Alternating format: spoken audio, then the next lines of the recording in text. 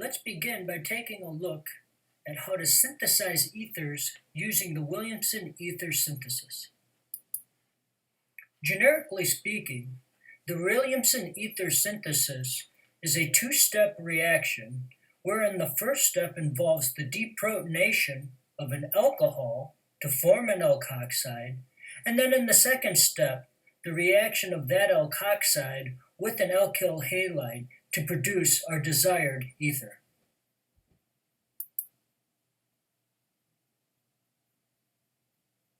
Let's take a closer look at the first step of this reaction.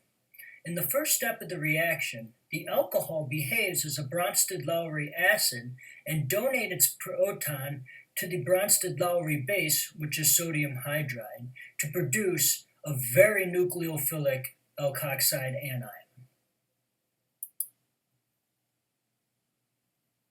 The resulting alkoxide is incredibly nucleophilic, and as a result, it will react with any electrophile it comes in contact with.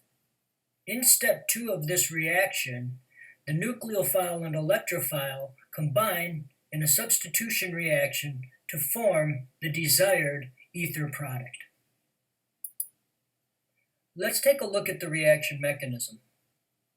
For this example, we will be using phenol and its reaction with sodium hydride, followed by its subsequent reaction with propyl chloride to produce phenyl propyl ether.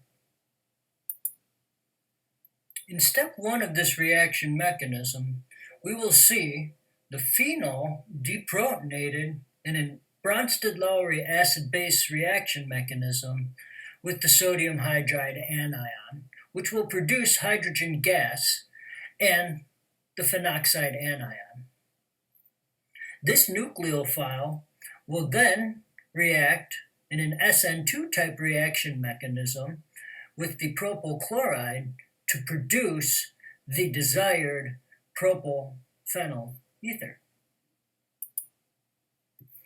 The sequence of reactions, first the deprotonation, followed by the substitution reaction, is a very common method used to synthesize ethers.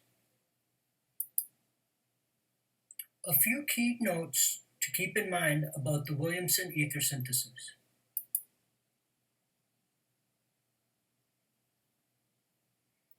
Practically, you can expect Williamson ether syntheses to go pretty straightforward, with really one exception when it comes to reactivity. Let's take a look. If we were asked to synthesize the following molecule, how could we possibly do that starting with an alcohol and an alkyl halide? When examining a Williamson ether reaction and using the product to determine the reactants, we need to identify first what would the alkyl halide and alcohol be. When examining the product, look for the weakest bonds, and in this case it's the carbon-oxygen bonds, and break the carbon-oxygen bond on one side of the ether. And in the example above, you'll notice that there are two possible, A and B, ways that we could break a carbon-oxygen bond.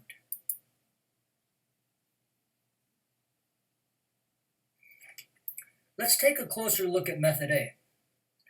If we were to cleave bond B, breaking between the carbon and the oxygen, we would be left with the methyl cyclohexane halide and an ethyl alcohol to react. Let's take a look at method B. If we were to cleave bond B, then we would be left with an ethyl halide to react with the cyclohexyl methyl alcohol.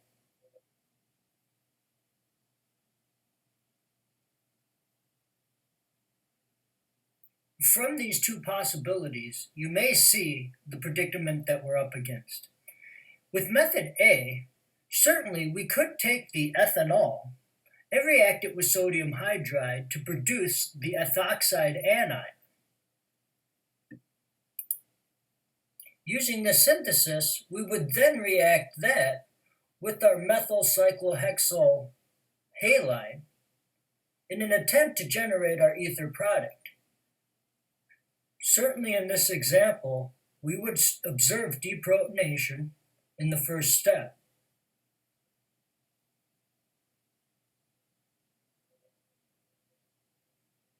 However, because the alkyl halide is located at a tertiary position, this is not suitable for substitution to occur, especially under an SN2 type pathway. It would be sterically hindered, and no product, for an ether at least, would be observed. When looking at example B, or method B, again you'll be taking this cyclohexyl alcohol and reacting that with sodium hydride to produce the corresponding alkoxide, which we would then react with some halide, ethyl halide, in an attempt to generate our methyl cyclohexyl ethyl ether. Now, again, just like the previous example, we absolutely anticipate the deprotonation occurring between the alcohol and sodium hydride. But in this example, we now have a primary alkyl halide, which is totally suitable for reaction with an alkoxide in a substitution SN2 type manner, and we would absolutely expect to observe the ether product. A few things to keep track of when you're thinking about synthesizing ethers.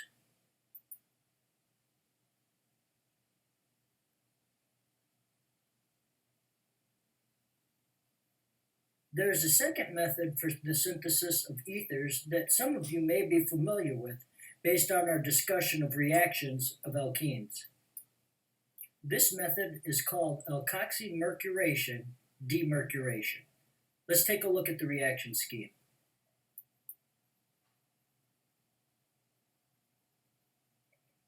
In order to synthesize an ether using this method, we will begin with an alkene and we will subject it to the following condition. We will first introduce mercuric acetate to the alkene in the presence of alcohol, and then, after that reaction is complete, we will add sodium borohydrite. This will yield our desired ether as the product. And for those of you that have a keen eye, you'll notice that that ether was added in a Markovnikov fashion to that alkene.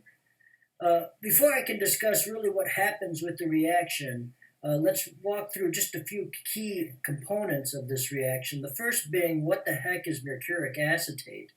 That's the structure I have drawn right here. It features a central mercury atom that is bonded to two acetate groups, C double bond O, CH3.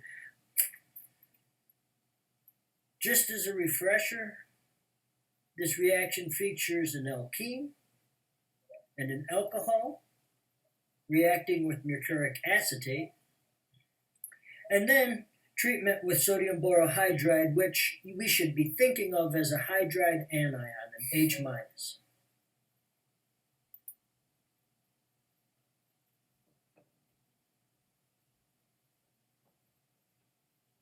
Let's take a look at the first step of this reaction. The first step of this reaction is the reaction of the alkene with mercuric acetate.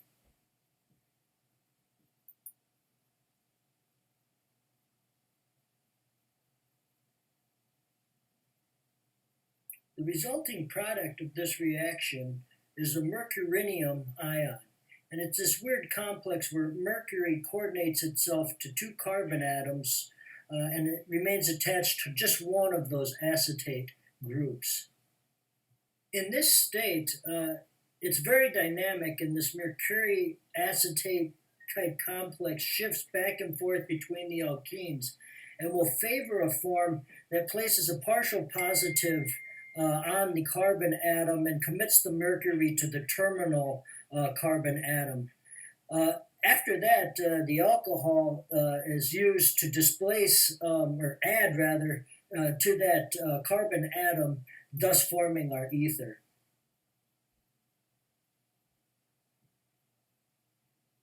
When we take a look at the mechanism in a second, we'll find that, just like we've seen before, a double bond will behave as a nucleophile and be attracted to that electrophilic center of the mercury acetate complex.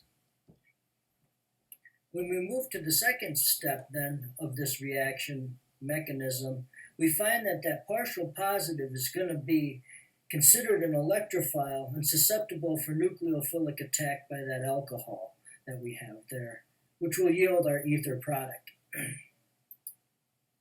Now in step 2 of this reaction, that's going to feature this mercuric acetate complex to the ether and its displacement with sodium borohydride.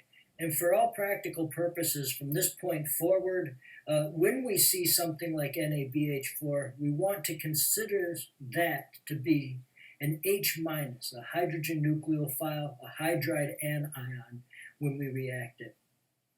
And so we'll see the electrophilic center, the carbon atom attached to that mercuric acetate group, react with the H-, the nucleophile, from the sodium borohydride to displace that mercuric acetate group and replace it with a hydrogen atom.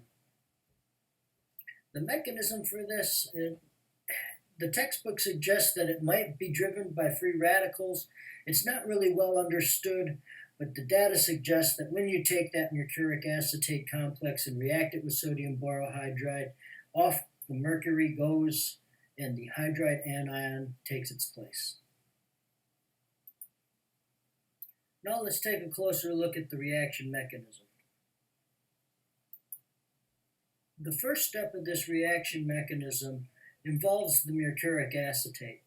And in solution, this mercuric acetate has the propensity to want to dissociate itself into two different species, a mercuric cation, which is the mercury bound to one of the acetate groups, and then the other deprotonated acetic acid, acetate functional group as well.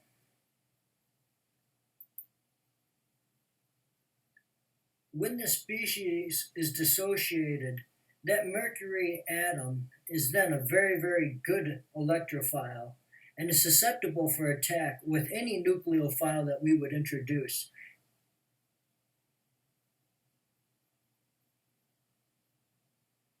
The nucleophile that we'll add to this reaction is an alkene.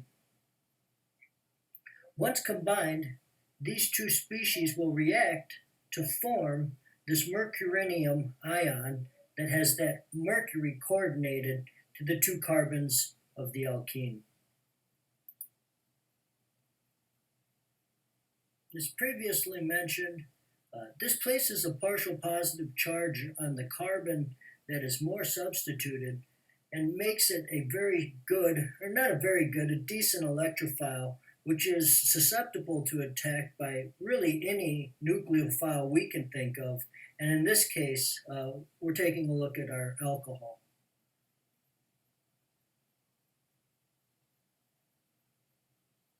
The resulting product of this step is the addition of the alcohol and the formation of a protonated ether, which has that oxygen with a +1 formal charge because it's attached to 3 different atoms. And all that remains for us now is to deprotonate that ether using some sort of base that's available.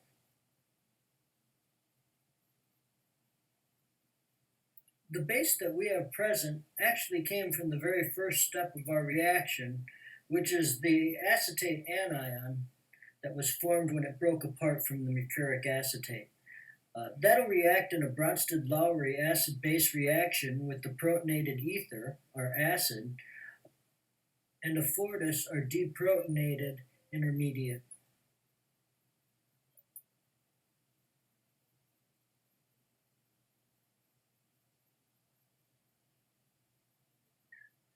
This intermediate then reacts with our sodium borohydride, or the H- hydride anion, to displace the mercuric acetate portion of the molecule and leave us with our ether.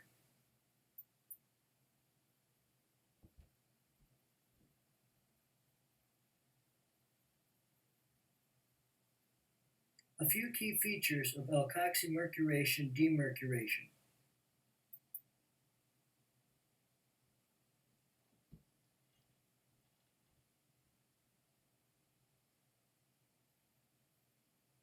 Let's take a look at a few examples.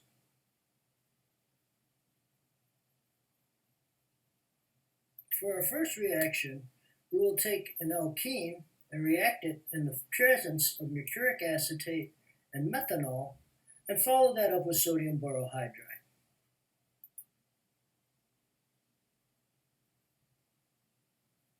Our goal is going to be to predict the product of this reaction. When we take a look at the behavior of the reactants, thinking back to our mechanism, the alkene portion will absolutely react like a nucleophile, and the mercuric acetate, that will react as the electrophile. Taking that one step forward, we're thinking about the regiochemistry.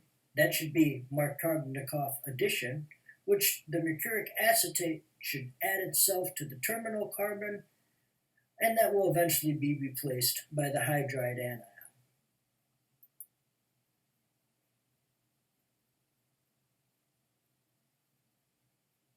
When trying to identify the product of a multi-step reaction, I find it's best to look at what are the products of each individual reaction.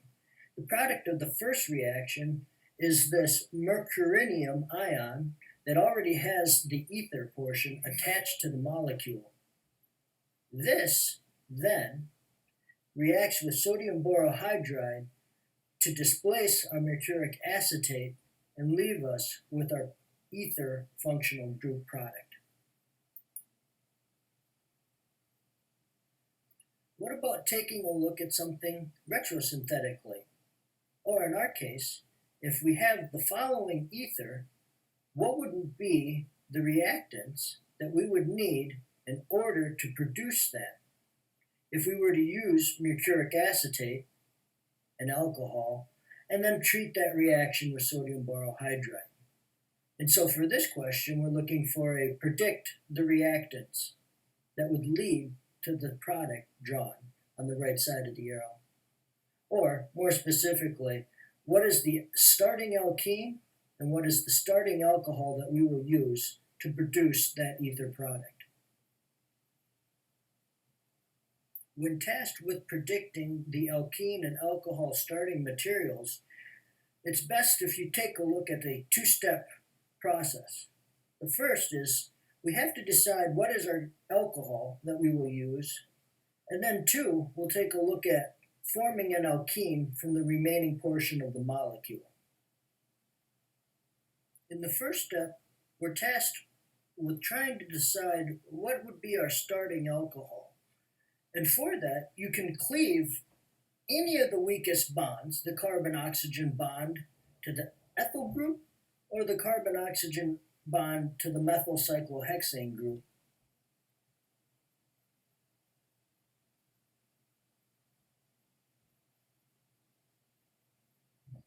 Once we've identified the alcohol portions of the molecules, then what remains is trying to determine where the alkene was in the starting reactant. To determine this, we have to identify first where that carbon-oxygen bond used to be. Once we've remembered where that oxygen-carbon bond was, then we designate the alpha and beta positions to that carbon-oxygen linkage. From there, then, the alkene must have existed between the alpha and beta carbons, giving us one possibility, ethene, if we were to choose pathway A, or two different cyclohexene possibilities if we were to choose pathway B. Therefore, we have three different possibilities, one that starts with ethene and reacts that with mercuric acetate and this methyl cyclohexanol, followed by sodium borohydride to produce the desired product. Or we have two other possibilities through pathway B, both of which feature a methyl cyclohexene that is reacted with mercuric acetate and ethanol, and then treated with sodium borohydride to produce the desired product.